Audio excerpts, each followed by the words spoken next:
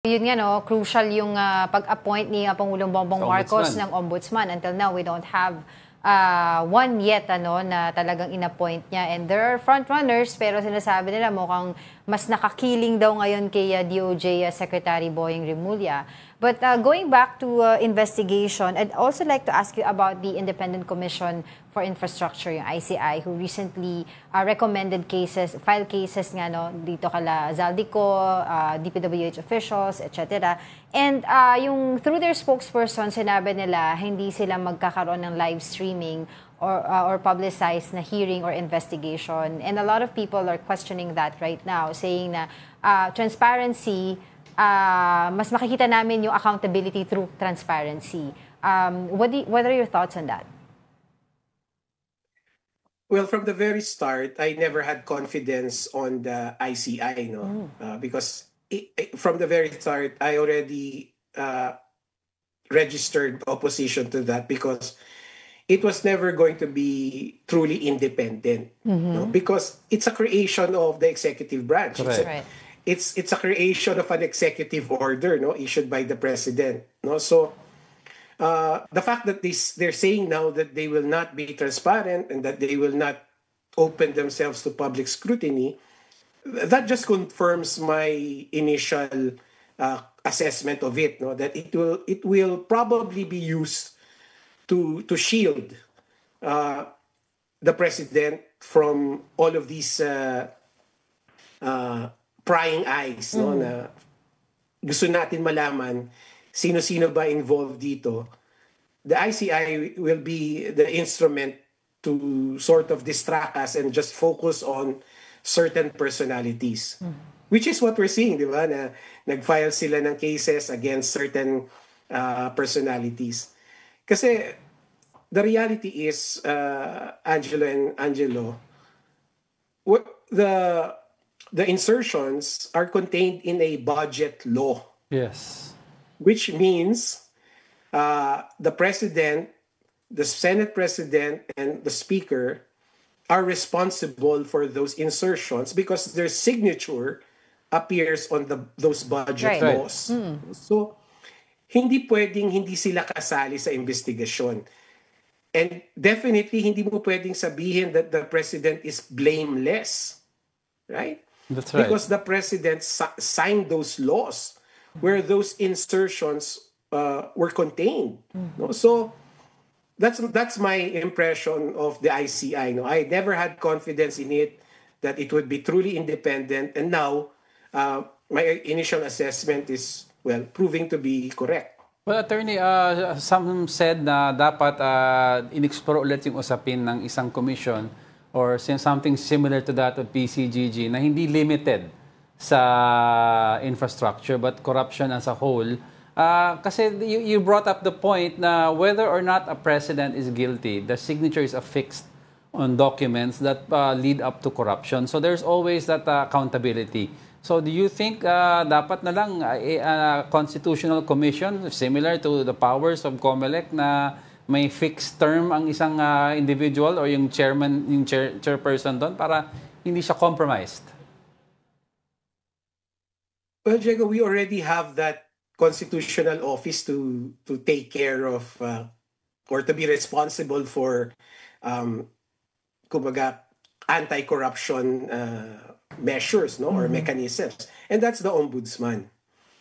That is very clear in the Constitution na ang tawag nga sa kanya, protector of the people. Kaya lang, ang past experience natin with regards to the ombudsman, hindi masyadong maganda. Kasi we have seen past ombudsmans na nakakiling sa isang panig. So, yun dapat ang tutukan natin, how to prevent that. Ang sinasabi ko nga, if President Marcos is really serious about leaving an anti-corruption legacy, ang dapat i-appoint niya na ombudsman is someone who has no connection to him at all. That's right. No professional, no personal link to him. Kasi that will tell me na yung ombudsman na yun, who has no connection to him, can perform his constitutional duty impartially and aggressively, no? Na pwede niyang puntiryahin kahit yung mga kaalyado, kahit na kamag-anak ni Pangulong Marcos. Kasi kung ang i-appoint ni Pangulong Marcos ay yung konektado sa kanya, then we can just point to the past, no? The most recent ombudsman na talagang tinatago yung kabahuan na pwedeng maibaling sa Pangulo. No? So, that's what we want. That's what we don't want to happen. Pero So, go ahead. so kung talagang yung sinasabi mo nga na gusto natin ng isang agency or isang independent office to tackle anti-corruption, we already have that. That's the ombudsman. Kaya lang, na nahijack ng Pangulo lagi by appointing someone who is connected to him or her. No? So dati, we had an ombudsman na chief of staff dati ng Pangulo. Yeah. We had an ombudsman na kaklase ng Pangulo. So, nakukompromiso agad. So, kailangan baguhin natin yon. So, we have to demand the President and the JBC na sana yung mga ihahain na candidates yung walang Independent to connection.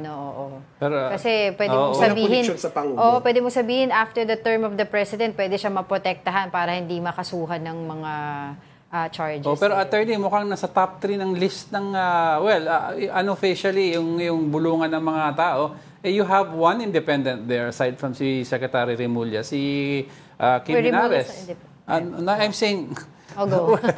you know what I mean, Scratch no? that. Parang an independent, no link to President Marcos. Si Attorney Kim Henares was one of the top na lumalabas. Ngayon, ang question ko, if you have, hypothetically, have si DOJ Secretary Remulla and Kim Henares there, and another one, do you think there is a chance that the President will bypass this time appointing somebody that's connected to him and go for the independent one, given the way PBBM has been functioning recently? He's been doing things out of the norm to try to win the people's trust. I certainly hope so, Diego. But I don't want to say na mag-aabang na lang ako eh. I would rather take the position of civil society pressuring the President. No? Pressuring the President to appoint someone who is really independent, yung walang connection sa kanya. So while I share I can understand yung position mo, yung point mo na given the recent actuations of the President na baka mag-appoint siya ng yung talagang independent sa kanya, I would rather take the position na civil society should pressure him That's right. to appoint someone na independent talaga. Exactly. Now, well, our goal here is not to be swayed by other issues. Dapat andun lang tayo, stick lang tayo dun sa corruption issue na pinaglalaban natin. But at the end of the day, of course, we want somebody in jail.